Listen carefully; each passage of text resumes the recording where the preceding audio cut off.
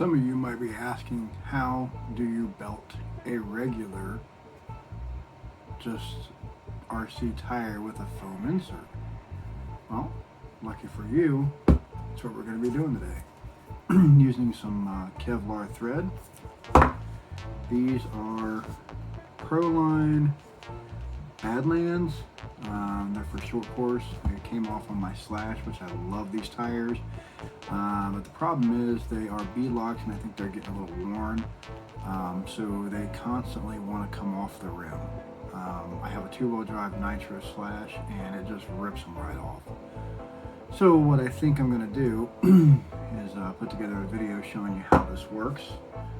This is basically all you need is some regular tire glue, some Kevlar thread. I forget which style and thickness this is, but any of them should work. So let's get right to it. I'll show you how it works. So basically what you're going to want to do is remove all the screws from the beadlock, like so. And then just take the outer beadlock ring out, this style anyway, and get the tire off of the rim. This particular one has two pieces for the rim. They're not all the same.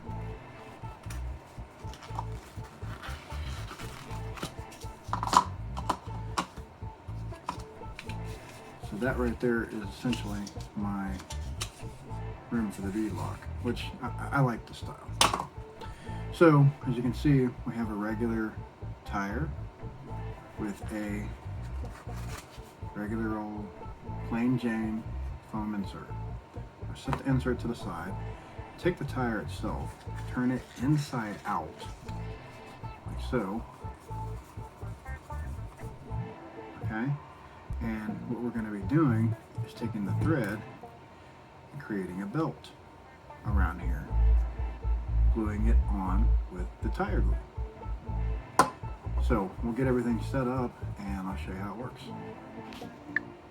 Okay, so basically what you're going to want to do is put a dab, I put a little too much, glue on there and start your thread. And what we're going to do is we're going to walk this all the way around the inside portion of the tire. It does not have to be perfect. I've done a few of these now and they all seem to work about the same. So we're just going to kind of get it. The first little rung or two is the hardest part, because you're trying to wrestle with the thread and everything else comes off. So once you get it kind of started here, that's why I globbed a little too much on there. You just kind of do it like so. Get some of this off of here. That is a little easier to work with. And I just like to make it kind of like so. Go real tight on the pattern because I'm going to go back and forth on it. And I'm not wrapping it real tight, just kind of loose.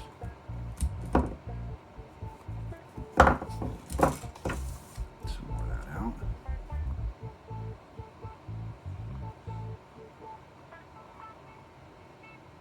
See, this part in the front came off. And wrestling with the Kevlar piece. So you just kind of like put it back on it, it'll go right back on in all reality. So at this point what I would do is I'm going to take, because I got to rewrap that anyway, and I'm going to cut this end off right here, and then we'll glue all that down and we'll start another row.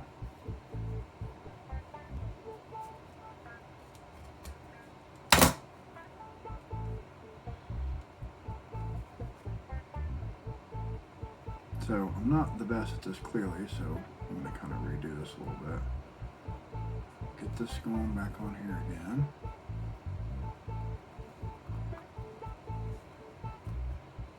There we go. And get it to stay. Probably should have wrapped that first rung a little bit tighter, but I didn't. My fault.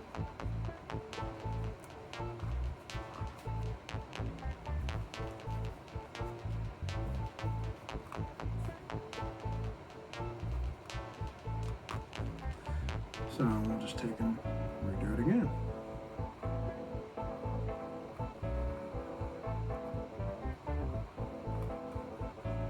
Again, this does not have to be perfect, guys.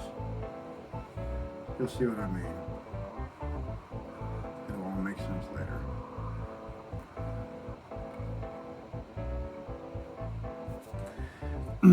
After you get your first little set on there, a little more glue down, and just kind of in certain little places, wherever you feel like it needs it, just kind of dab some glue in. I don't really have any rhyme or reason, just enough to where I think it's going to stay on and not fall over.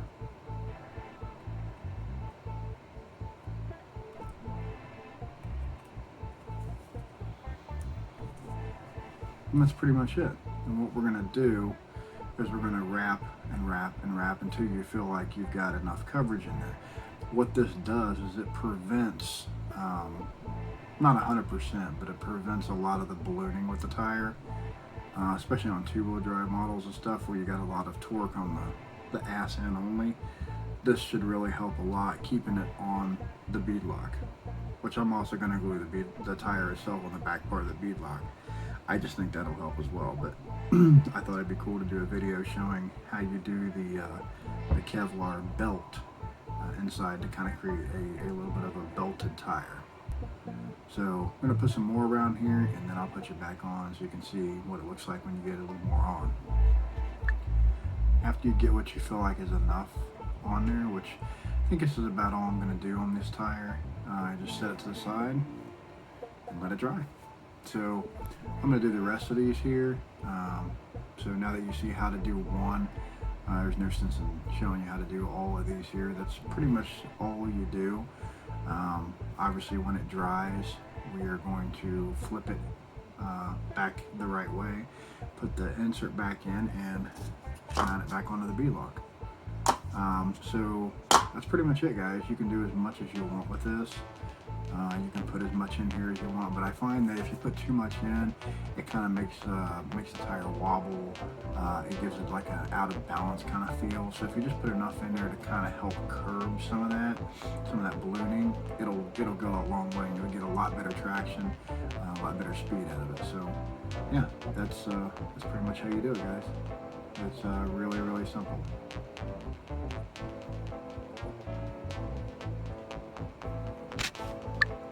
Okay, so I have all of them pretty well done here. I'm basically just going to let them dry, and then I will put the foams in and put them back on the rims.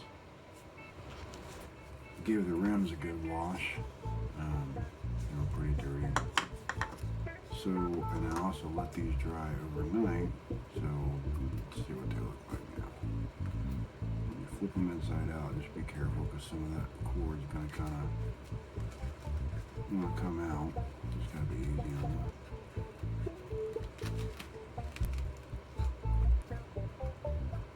And then when you get it to flip, it'll kind of stay in there like so.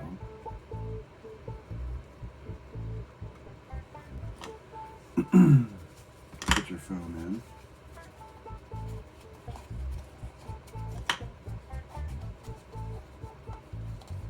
This will kind of help hold everything together too.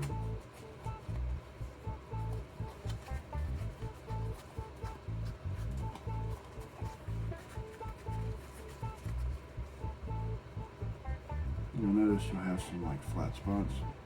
Those will work out when you start driving.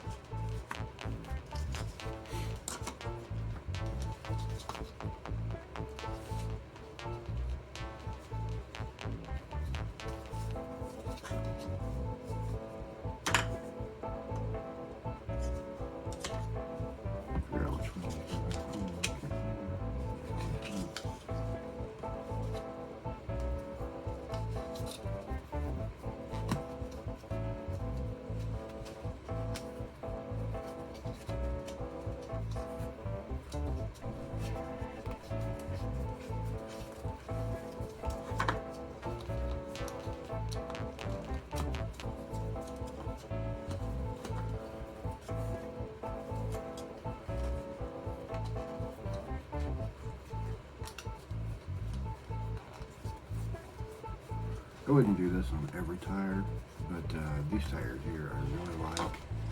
So I want to try to keep them as long as I can. They're really good tires. So that's how you do this particular bead lock. You put your piece over the top of the back, that's for the back, and the front, just kind of work it in.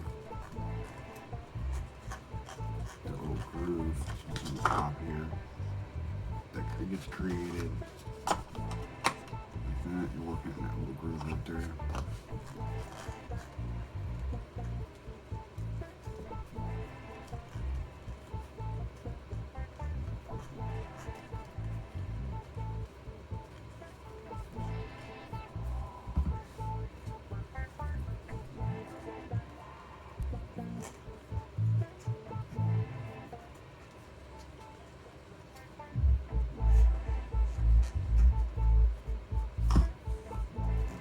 Doesn't have to be perfect. I always try to get it, halfway decent on there,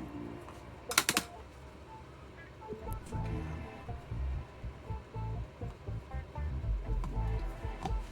Line one of these little bad boys up.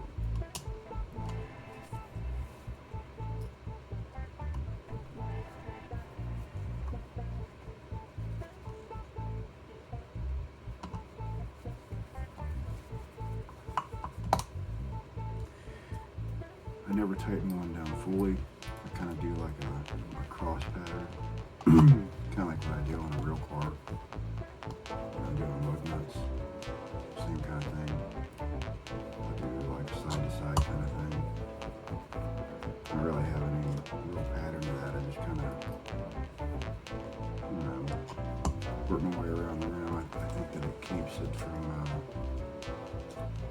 getting too tight on the one side and possibly warping the top. In this particular case, I want to make sure that it seals down as flush as it can. So that's kind of why I do it like this. Take one side and go in a little more. I'll go down a little more.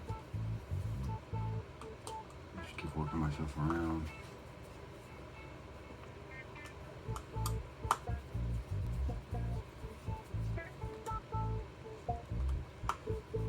Some of you might say, well, you can do one all the way down. Yeah, you probably can, but I don't.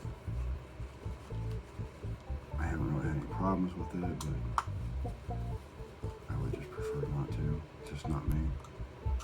I'm perfectly happy doing it this way. In my mind, it works. It works the best. If you have a better idea, use that.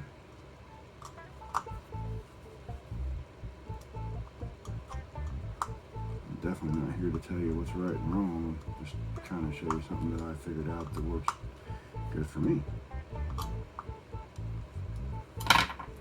That's it, guys. We now have a belted Proline Badlands SC tire. I'm going to do the same thing to all these here, and possibly even put a little bit of glue on the one side because they were ripping out on the back side. So that's probably what I'm going to do with all these, and then these are going to basically go right back on my slash. I do like the tires I have on the slash now. They give me pretty good grip, but I'll use those down at the track most likely, and I'll use these just to bash around the yard because again, I love these tires. So yeah, that's how you basically belt your tires. I'm sure you can use other things than a Kevlar thread, but the Kevlar thread I think is pretty strong, and I just, in my mind, it works great. So you could probably use other things. And maybe do some research on it, see what you can use, try new things. I wouldn't be afraid to. I mean, hell, these tires aren't that expensive, so I mean, try it on the cheap tires, see if they work on those.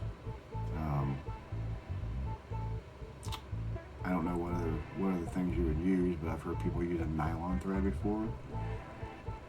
Never used it, but I mean, you can see I have like a lot of this Kevlar thread. I don't use a whole lot of it. I've only done a couple tires, so I got a bunch of it still. So, and that's my second roll of thread, because when I bought it in a pack. So in my mind, that's what works.